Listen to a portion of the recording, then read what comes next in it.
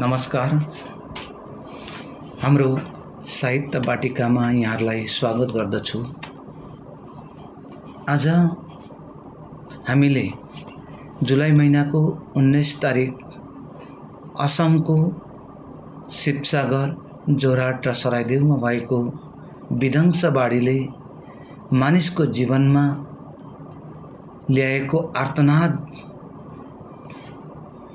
हामीले जस्तो खालको त्यहाँ गएर देख्यौं, त्यो दृश्यले आजसम्म पनि हामीलाई मन शान्ति पार्न सकेका छैनौं। र जतिखेर पनि त्यहाँको मानिसले भोग्नु परेको जीवन, त्यहाँको मान्छेको जुन चाहिँ तहस महस उनले गुमाउनु परेको उहाँहरूको सम्पत्ति र उहाँहरूको सबै त भएर पनि आज केही नभए जस्तो जीवन र बाहिरबाट मानिसहरूले गरेको सहयोग त्यो आँखामा जतिखेर पनि झलझली आउने भएकाले गर्दाखेरि संस्मरण केही लेखौं भन्ने उद्देश्यले अघि बढ्दै कि कविताको रूपले जस्तो मैले अनुभव गरेँ र यहाँ मैले ती कविताको रूपमा प्रस्तुत गरेका केही पंक्तिहरू यहाँहरूलाई म पस्किन चाहदछु। गाउँ भन्ने निशानी थिएन त्यहाँ, तलभास माथि पानी, हातमा हात समाउँदै पुग्यौं हामी, दायाँ बायाँ जताततै गाई बस्तु मरेका, कतै गिद्ध रमाएका, कतै बकुल्लाहरू बसेका, कता कति मान्छेहरू आफ्नो घर भन्दै बसेका,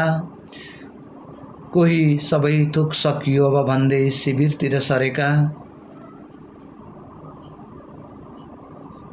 सहारा कसैको लिएर पुग्यौं हामी नदी किनारासम्म,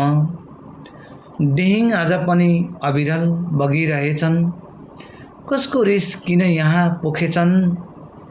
पहाडको वनदेवी र जङ्गली देउता रिसाउँदा, महाकालको मुखबाट निस्केको जलप्रवाहले पहाडै बोकेर आउँदा,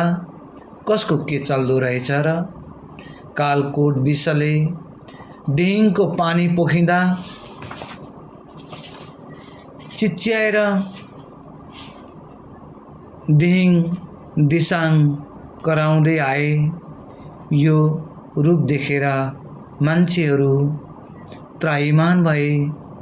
को कहाँ कसरी बाँचे होला, सबै थोक त पुरिएर गयो, घर गोठ स्कुल सबै थोक बगेर गयो, हिँड्ने बाटाहरूको चिनो हरायो, खेतबारी घर सबै थोक बगर भयो, भन्न आएछ मलाई बग्दै गरेका दिहिङ र दिसाङलाई,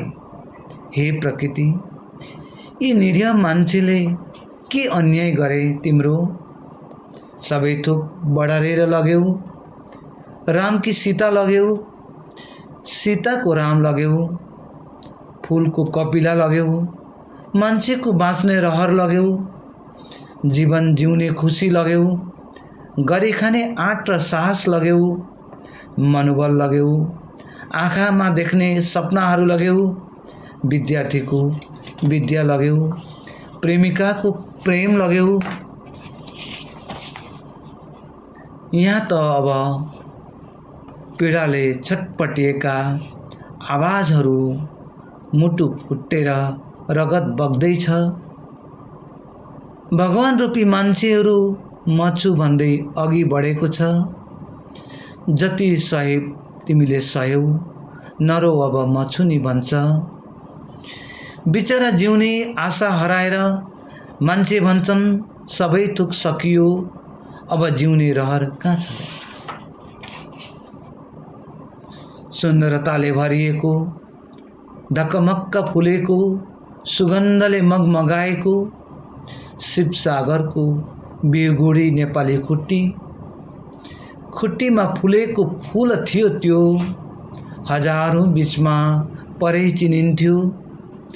पहाडको भिड पाखामा फुल्ने गुराँस जस्तै नदी किनारमा फुलेको सयपत्री र मखमली अब फेरि फुल्दछ त्यहाँ। दसैँ र तिहारमा रमाउनु पर्दछ, तीजमा माइती लिन आउनेछन्। तिमीले गुमाएको अनुहारको